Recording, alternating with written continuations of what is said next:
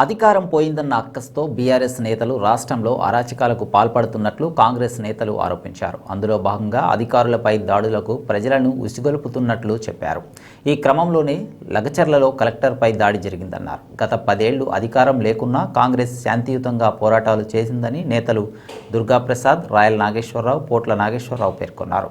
అంతటికి మీరు క్రియేట్ చేసి పంపించిన వాళ్ళే తప్ప నిజంగా లగచర్ల విషయంలో ఎవరు కూడా అక్కడ బాధితులు ఇటువంటి కార్యక్రమాలు చేసినటువంటి పరిస్థితి లేదు. కేవలం మనం తెలుగు సినిమాలలో చాలా సందర్భాల్లో చూసాం.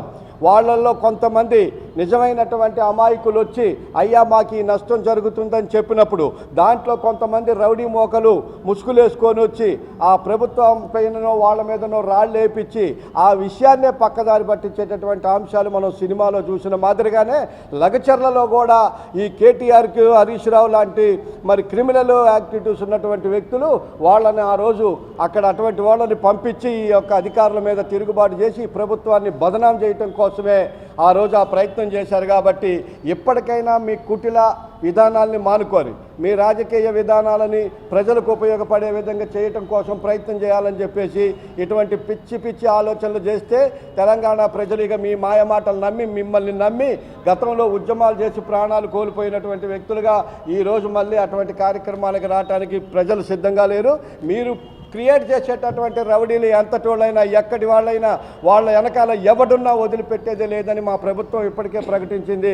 అదేవిధంగా సాగుతుంది. మీ బెదిరింపులకి మీ విషయాలకి మేము ఎక్కడా కూడా తగ్గేదే లేదని చెప్పేసి కూడా ఈ సందర్భంగా తెలియజేసుకుంటూ రాష్ట్రంలో ప్రతిపక్షాలు ముఖ్యంగా బీఆర్ఎస్ నాయకులు అదేవిధంగా బీజేపీ నాయకులు వరి కల్లాల దగ్గరికి వెళ్ళి వడ్లు ఎండబెట్టిన దగ్గరికి వెళ్ళి ప్రభుత్వం వడ్లు కొంటలేదు, ప్రభుత్వం చేతగానితనం అని అవాకులు పేలుతూ ఉన్నారు. వారికి ఒక్కటే చెప్పదలుచుకున్నాం. కేంద్ర ప్రభుత్వం విధించిన నిబంధనల ప్రకారమే రాష్ట్ర ప్రభుత్వం CCI ద్వారా పత్తి కానీ వడ్లు కానీ కొనాల్సిన అవసరం ఉంది. ఏదైనా నిబంధనలు సడలించదలుచుకుంటే తెలంగాణ రాష్ట్రానికి సంబంధించినంతవరకు నిబంధనలు సడలిస్తే కేంద్ర ప్రభుత్వంతో ఇక్కడున్న బీజేపీ కేంద్ర మంత్రులు మరి వాళ్ళ వద్దకు ఆ ప్రతిపాదన చేసిపోయి సడలించినట్టయితే రాష్ట్ర ప్రభుత్వం కొనడానికి సిద్ధంగా ఉంది.